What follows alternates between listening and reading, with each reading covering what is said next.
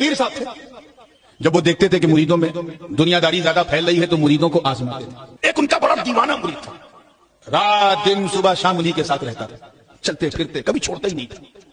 ایک دن حضرت نے سوچا لاؤ اسے کہا ہے میرے مرید کہ جی حضور، کہا مجھے شراب پینا ہے۔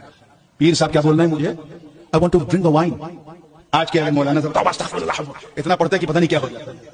وہ بھی مرید تھا، اور وہ سوشل میڈیا والا مرید نہیں تھا، اوریجنل مرید تھا۔ وہ بھی چلا گیا شراب خانے، ایک بوتل لے کے آیا اور کہا لیجئے پیر صاحب شراب پیجیے۔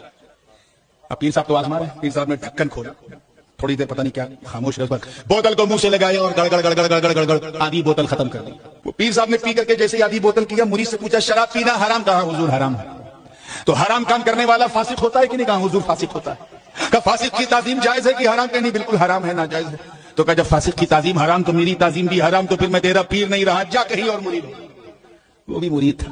اس نے کہا بابا یہ پٹی کسی اور کو پڑھائیے گا، یہ پٹی کسی اور کو پڑھائیے گا، میں کہے دوسرے پیر کو ڈھونڈوں۔ میں جانتا ہوں کہ جب میں لایا تھا تب یہ شراب تھی، لیکن جب آپ نے اسے چھوا تو یہ شراب شراب نہ رہی، یہ ایسا ہی پانی سے بدل